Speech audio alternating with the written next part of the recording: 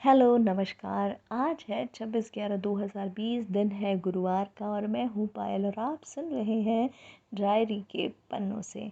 पिछले 2 दिनों में आपने सुने दिल की धड़कन कहानी के 2 एपिसोड और आपने जाना आर्यन, रोशनी और प्रगति को। आज लेकर आई हूँ आपके लिए इस दिल की धड़कन कहानी का तीसरा एपिसोड जो है ट्विस्ट भरा। तो आप तैयार है ना? चलिए तो सुनिए क्या हुआ आर्यन, रोशनी और प्रगति के साथ। एक तरफ मुंबई में आर्यन को मिस कर रही है रोशनी और दूसरी तरफ नई नई दोस्त बनी प्रगति भी आर्यन को जानना चाहती है और उसे जानने के लिए उसके फेसबुक, ट्विटर सबको देखने में लगी हुई है। और पुणे में हमारा आर्यन है बिल्कुल तैयार कॉन्फ्रेंस के लिए और वो हॉल में पहुंच चुका है। तभी कॉन्फ्रेंस हॉल में बोलने के लिए बुलाया गया है सोनिया को। काले रंग के फॉर्मल कपड़ों में सोनिया ने जैसे ही माइक संभाला वहीं आर्यन उसकी आवाज़ से, उसके एटीट्यूड से, कॉन्फिडेंस से भाई इम्प्रेस हो चुका है।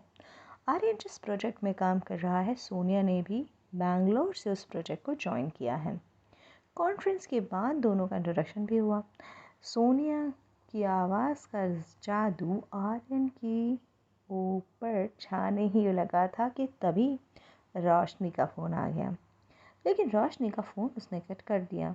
सोनिया से बातें ख़त्म करने के बाद उसने रोशनी को मैसेज करके बताया कि वो भाई बिज़ी है, परसों आकर ही बात करेगा। फ़ोन हाथ में हो तो हमारा आर्यन अपना फेसबुक, ट्विटर देखना कभी नहीं भूलता। उसने देखा कि प्रगति का फ्रेंड रिक्वेस्ट आया हुआ है। उसने तुरंत एक्सेप्ट कर लिया क्योंकि वो कभी सोचता ही नहीं कि कौन है। लेकिन हाँ, उसे याद आया ये प्रगति है जतिन की बहन। और फिर से उसकी नज़र सोनिया को तलाश करने लगी। सभी ने एक साथ डिनर करने की बात की और सभी टीम मेंबर्स डिनर के लिए मिलेंगे ऐसा तय भी कर लिया। डिनर के समय सभी बातों में मग्न थे। सोनिया ने बताया कि वो इस प्रोजेक्ट के बाद शायद जॉब सर्च कर लेगी क्योंकि उसे यूके या यूएस का प्रोजेक्ट चाहिए। बहुत बड़े बड़े सपने थे उसके।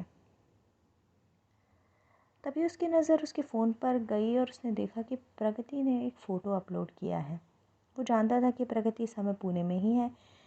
फ़ोटो को खोलकर देखा तो उसने देखा कि प्रगति एक किताब लिए बच्चों के बीच में बैठी हुई है। उसके चेहरे पे बड़ी सी स्माइल है और बच्चे तो सभी मुस्कुरा रहे थे। कुछ खड़े थे, कुछ बैठे थे, कुछ ज़ोर ज़ोर से हंस रहे थे शायद। उस तस्वीर में सिर्फ एक ही बात थी, खुशी, मुस्कुराहट।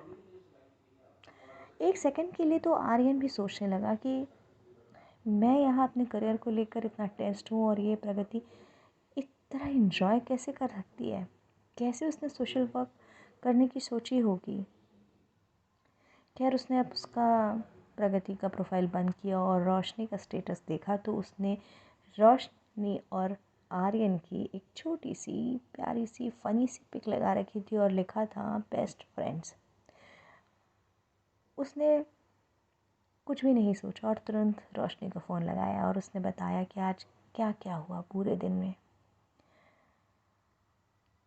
एक तरफ आर्यन बोलता रहा और रोशनी सुनती रही।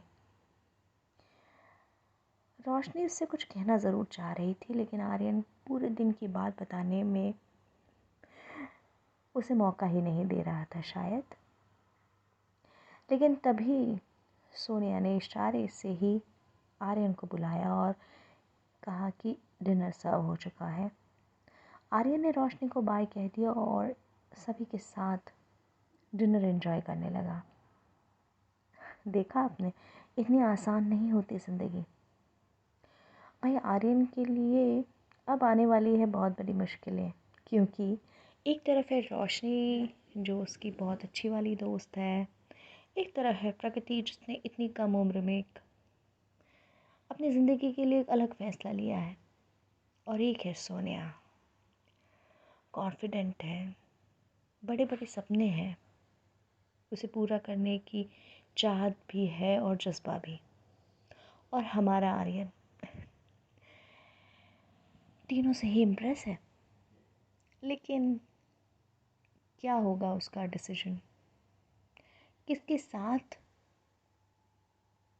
उसे लगेगा कि वो अपना उसे जीवन साथी बनाए या उसके साथ कुछ समय बिताकर उसे समझे।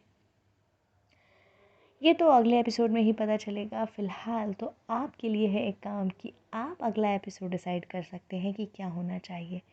यदि मुझे लगा कि हाँ, आपने जो कहा वो सही है और वैसा करना चाहिए, तो बेशक आपका लिखा हुआ अगले एपिसोड में मैं ज़रूर शामिल करूँगी। फ़िलहाल मैं लेती हूँ विदा और मिलूँगी कल के एपिसोड में, एपिसोड नंबर 4, दिल की धड़कन।